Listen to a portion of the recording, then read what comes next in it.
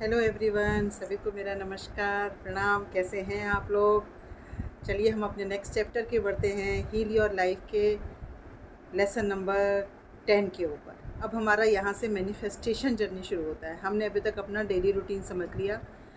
Daily routine, जो लोग नए हैं, डेली रूटीन समझने के लिए 9 चैप्टर पे जाइए, उसमें डेली रूटीन है। उससे पहले अपनी प्रॉब्लम्स रेक्टिफाई करनी है कि हमारी क्या प्रॉब्लम है, वो सब अवेयर होना है उन प्रॉब्लम्स के प्रति। वो पूरी सीरीज़ है, उसको शुरू से देख लीजिएगा। अब हमने अपने डेली रूटीन समझ ली। अब यहाँ से हमारा मैनिफेस्टेशन जर्नी शुरू होता है। मैनिफेस्टेशन में सबसे पहले क्या आ गया? रिश्ते, कि हमारे रिश्ते कैसे हमें अच्छे करने हैं। उनको समझने के लिए हम कैसे सेल्फ लव के साथ रिश्तों को रिलेट करके अपने रिश्ते बेटर कर सकते हैं। तो उसमें जो पहली अफर्मेशन उन्होंने दी है, मेरे सभी रिश्ते सद्भावनापूर्ण हैं, मेरे सभी रिश्ते बहुत सुंदर हैं, मेरे सभी रिश्तों में बहुत अच्छा अलाइनमेंट है, मेरे सभी रिश्ते प्रेम से भरे हुए हैं। अब हमारा जो लाइफ है उसमें रिश्ते जो है ना हमारे, वो बिल्कुल बेस है हमारी लाइफ के। किसी भी एरिया के कोई भी हमारे रिश्ते हों, चाहे वो हमारे घर के हों, चाहे हमारे प्रोफेशनल लाइफ के हों, चाहे हमारे बॉस के हों, कुलीग के हों, फ्रेंड्स के हों, कुलीग, सभी के रिश्ते। तो इसमें सभी के साथ, जिसके साथ हमारा जैसा रिश्ता होता है उसको, आपकी जैसी मान्यताएं होती हैं, आपका रिश्ता भी वैसे ही होता है। अब इसका क्या मतलब क्या है? इसका, वो लुईस से कहती हैं कि आपका जो भी रिश्ता भोजन के साथ है, आपका मौसम के साथ है, आपका आसपास के इन्वायरमेंट के साथ है, आपके आसपास के जो लोग हैं, वो सब आपके इस चीज़ को रिफ्लेक्ट करते हैं, या मिरर की तरह हैं वो, जो आपका रिश्ता खुद के साथ है। हमने सेल्फ लव का रूटीन देखा था ना, कि आपका खुद के साथ क्या रिश्ता है। जैसा रिश्ता आपका खुद के साथ होगा, वैसा रिश्ता आपको बाहर से भी मिलेगा।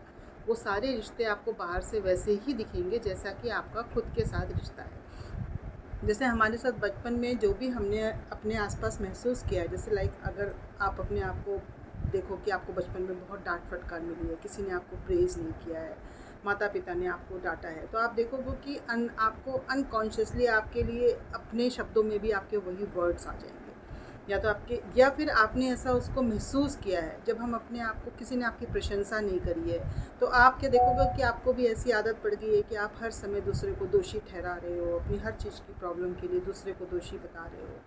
तो इस तरह के, क्योंकि आपने अपने लिए कभी प्रशंसा के शब्द नहीं सुने, तो आपको वो आदत नहीं है, और आप खुद भी अपने आप को हमेशा जो है क्रिटिसाइज़ कर रहे हो कि हर चीज़ के लिए, कि मेरे में ये नहीं है, मेरे में वो नहीं है, मैं ये नहीं कर सकता हूँ, मेरे पास ये पैसा नहीं है, मेरी पढ़ाई अच्छी नहीं हुई, मैं लाइफ में इसलिए आगे नहीं बढ़ाया क्योंकि ये कारण था, मैं यहाँ पे ऐसा होता तो हो जाता। तो इफ़ और बट के बीच में आप हमेशा चल रहे हो, तो हमेशा आप विक्टिम मोड में हो। तो और हमेशा आपको ऐसा लगेगा कि मैं ही पीड़ित हूँ, मैं ही सबसे ज़्यादा दुखी हूँ। तो उन्होंने कहा है, एक सोंड्रा रे लेडी के नाम बारे में उन्होंने जिक्र किया है कि उन्होंने रिश्तों के ऊपर, रिलेशनशिप्स के ऊपर बहुत काम किया है यूएस में। तो उनका ये दावा है, वो ये हमेशा कहती हैं, जितना भी उन्होंने काम किया है, कि जो हमारे रिश्ते हैं, जितना जो रिश्ता हमारा पेरेंट्स के साथ रहा है, वो रिश्ता हमारे लाइफ के हर एरिया में रिफ्लेक्ट होता है, जिनका भी लाइफ में, तभी वो हीलिंग में आता है। अगर आप होपनोपोनो हीलिंग भी करते हो ना, तो उसमें जो पहले हीलिंग कराते हैं, फिर वो पेरेंट्स के साथ कराते हैं, क्योंकि पेरेंट्स हमारे जो है ना, इस धरती पे पहले सोर्स हैं जिनके थ्रू हम जन्म लेते हैं। बिकॉज भगवान के बाद धरती पे हमारा फिज़िकल फॉर्म में ईश्वर जो है पेरेंट्स होते हैं, क्योंकि उन्हीं के थ्रू हमारा इस धरती पे जन्म हुआ हुआ है। तो उनके साथ जब, और पेरेंट्स को हम सबसे ज़्यादा प्यार करते हैं, और सबसे ज़्यादा हर चीज़ के लिए उनको ब्लेम भी करते हैं। आज मेरी सुबह क्लास का भी यही टॉपिक था, कि पेरेंट्स को हम सबसे ज़्यादा प्यार भी करते हैं, सबसे ज़्यादा उन्हें ब्लेम भी करते हैं, और सबसे ज़्यादा उनके ऊपर हमें गुस्सा भी आता है अपनी हर चीज़ के लिए, किसी ना किसी रूप में, किसी को कम, किसी को ज़्यादा। लाइफ में उनकी वो प्रॉब्लम, कई बार हमें लगता है कि नहीं नहीं हम ऐसा नहीं करते हैं, लेकिन हमारे सबकॉन्शियस में वो सब चलता है। अगर आप अपने आराम से सिट बैक करेंगे, आइज़ क्लोज करेंगे, और अपनी लाइफ को रिफ्लेक्ट करेंगे, पूरा पीछे जाके देखेंगे, तो आप देखेंगे कि आपका जो अपने पेरेंट्स के साथ रिश्ता है वही आपको आगे लाइफ में मिलता है। तो अगर आपको उस रिश्ते से पहले बाहर निकलना होता है, मतलब बाहर निकलने से मतलब है उस रिश्ते को आपको हील करना होता है, तभी आप उस फ्रीडम की जर्नी पे आ सकते हैं, जहाँ पर आप अपने खूबसूरत रिश्तों को मैनिफेस्ट कर सकते हैं। नहीं तो आपको अच्छी चीज़ें भी मिल जाती हैं ना, पर आप उस अच्छी चीज़ को एंजॉय नहीं कर पाते उतनी अच्छी चीज़ों के साथ। तो आपको पहले वो रिश्ता ज़रूर हील करना पड़ता है। रिश्ते हम जो होते हैं ना हमारे बॉस के साथ, कर्मचारी के साथ, जीवन साथी के साथ, पार्टनर के साथ, इनके बारे में आपको जो भी चीज़ें पसंद नहीं होती हैं, तो अगर आप नोटिस करोगे ना, तो वो चीज़ें आप अगर आंखें बंद करके खुद के लिए देखोगे तो आपको भी वो चीज़ें कहीं ना कहीं आप भी वैसे ही हो अंदर से। कई बार आपको टाइम लग सकता है वहाँ तक पहुँचने के लिए, यदि क्योंकि वो आपके जीवन में वो विशेषताएँ हैं, कहीं ना कहीं वो चीज़ें आपके जीवन में भी हैं खुद की, या आप दूसरों के साथ कहीं ना कहीं वो वैसा बिहेव करते हो, तभी आपको आगे से सामने से वो बिहेवियर भी मिल रहा है।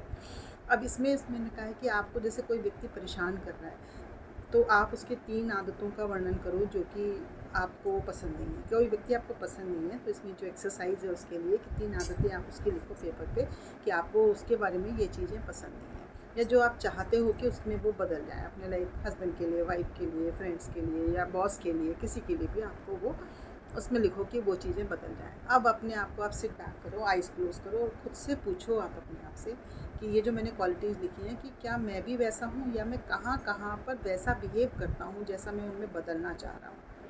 और जब आप अपनी वो चीज़ें फिगर कराओ तो ज़रूर ऐसे इंसिडेंसेस मिल जाएंगे जहाँ पर आप भी वैसे ही बिहेव करते हो जो आप उनमें नहीं देखना चाह रहे हो, बट यू ऑल्सो बिहेव। तो जब आप, हो सकता है वो सेम जगह पे नहीं कर रहे होगे, आप किसी और जगह पे वैसा बिहेव कर रहे होगे, लेकिन आप कर रहे होगे जो आपको उसमें पसंद नहीं है और जो आपको सामने से मिल रहा है।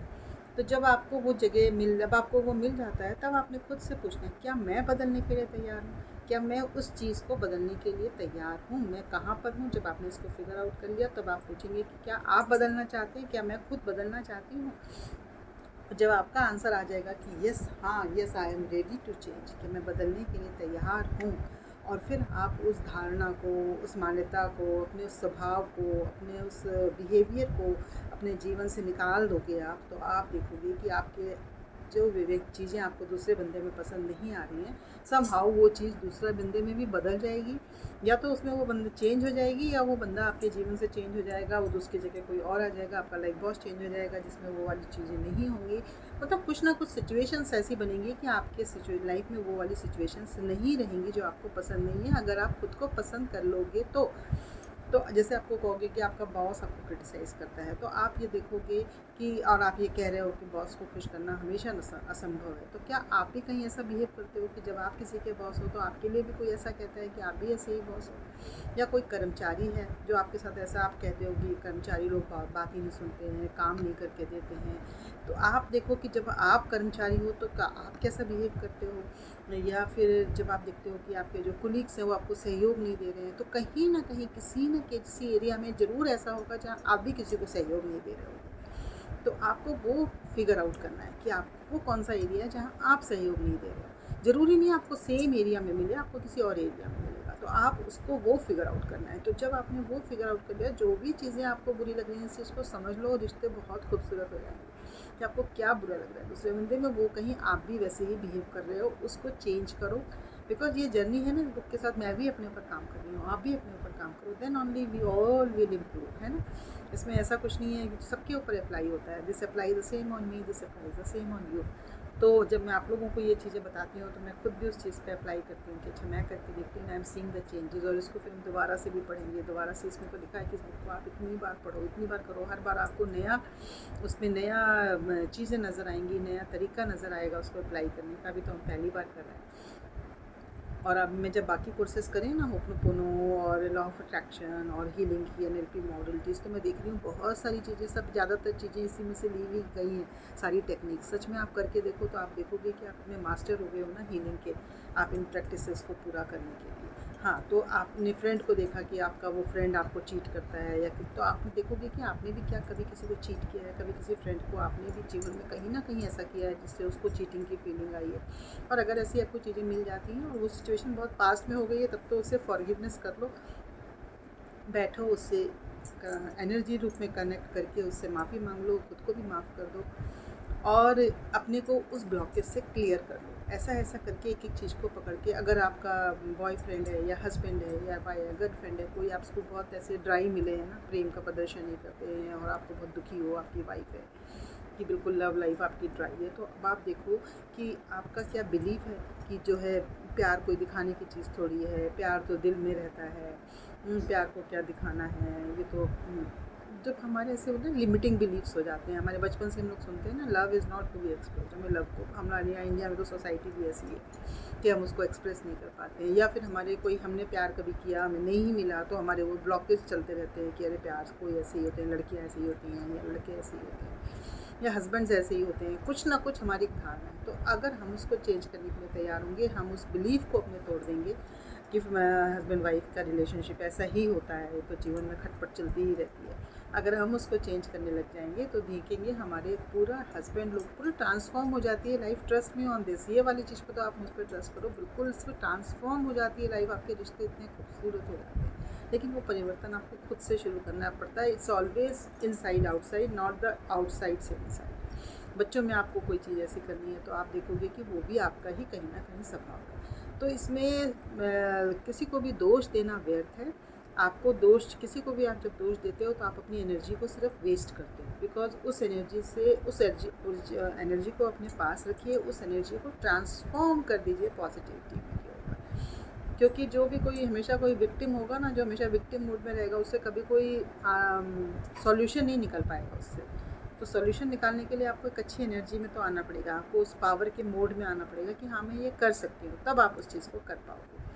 और प्रेम को रिसीव करना, अब आपको आता है, आप प्रेम के लिए रिसीविंग मोड में आ जाए। जब आप प्रेम के पीछे पीछे भागते रहोगे ना आप किसी चीज़ के, तो वो आपसे आगे आगे भागता रहेगा, तभी तो आप पीछे पीछे उसके भाग रहे हो। तो आप वहाँ पे खड़े हो जाओ and you become in receiving mode, just keep on giving love, और वो आपके पास वापस से लौट के आने लगेगा। क्योंकि प्रेम तो हमारे भीतर है ना, बाहर तो है ही नहीं। आप ही प्रेम का खजाना हो, आप अपने आप को प्रेम का खजाना, आप ही इसके ऊपर, जब आप उसके ऊपर तुरंत ही ना, अरे मेरा कब आएगा, कब मुझसे ये होगा, कब मुझसे ये अच्छे से बात करेंगे, कब ये मुझसे ऐसे करेगी, जब आप प्रेम के पीछे भागते हो ना, तो फिर वो किसी को पाना है, किसी से रिश्ता बनाना है, उसके लिए ना आप डेस्परेट होते हो। तो जब आप डेस्परेट होते हो ना, तो चीज़ें आपसे दूर दूर भागती हैं। तो इसके लिए समझौता नहीं करना है, लेकिन डेस्परेट भी नहीं होना है, शांति से बैठना है, उसको सरेंडर करना है। और जो व्यक्ति को आप आकर्षित करना चाहते हो, जैसा जीवन साथी आप पाना चाहते हो, जैसा लव लाइफ आपकी होना चाहते हो, उसकी जो क्वालिटीज़ हैं उनको पेपर पे लिखो स्पेसिफिक। नहीं तो हम कहते हैं अच्छा हस्बैंड चाहिए, अच्छी वाइफ चाहिए। अच्छे की क्या डेफिनेशन है? अच्छा तो कुछ नहीं होता, अच्छा तो सब अच्छे ही अच्छे हैं। तो उसकी स्पेसिफिक क्वालिटी लिखो, आपको क्या चाहिए अपने पार्टनर में, किसमें वो आप कौन सा पार्टनर अट्रैक्ट करना चाहोगे। यूनिवर्स को पता तो होना चाहिए ना कि आपको कैसा पार्टनर चाहिए, तो उसकी क्वालिटीज़ को लिखो।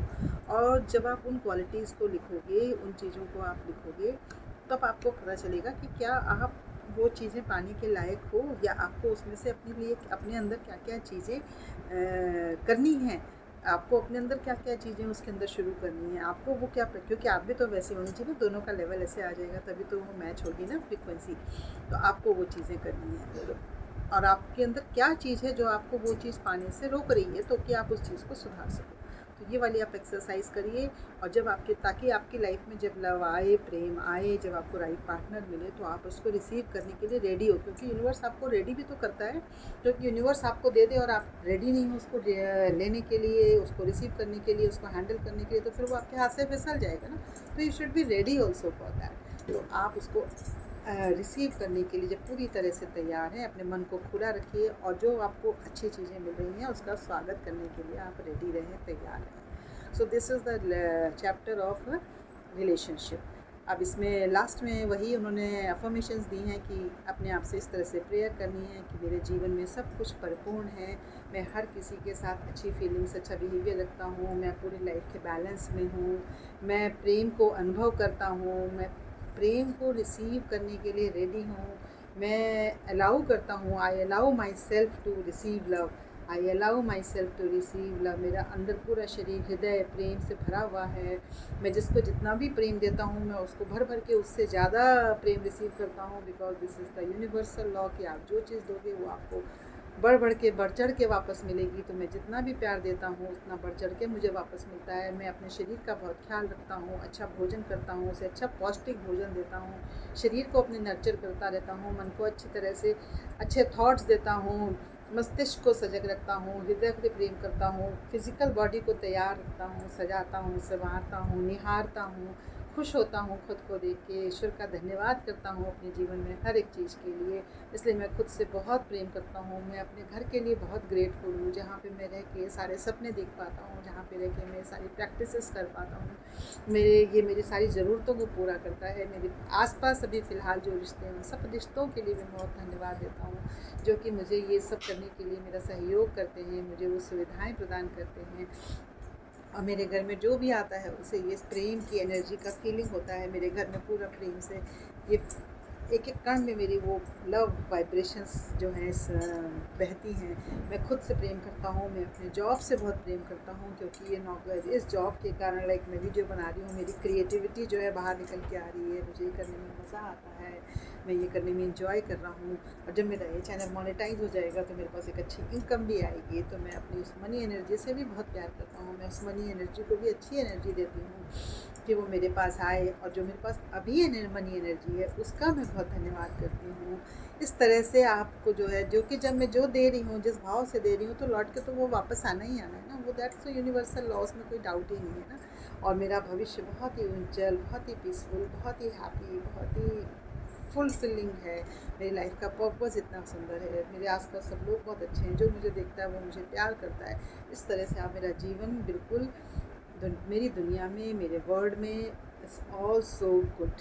मेरी दुनिया में सब कुछ बहुत अच्छा है। हे नारायण, आपका बहुत बहुत बहुत बहुत धन्यवाद। इस तरह से आपने इन प्रार्थनाओं को करना है। थैंक यू सो मच आज के लेसन के लिए। इतना लेसन नंबर 10 हमारा यहाँ पे ख़त्म हो गया। कल से हम दूसरा लेसन शुरू करेंगे, एंड दैट इज़ लेसन 11। और अभी हमने आज रिश्तों का किया है।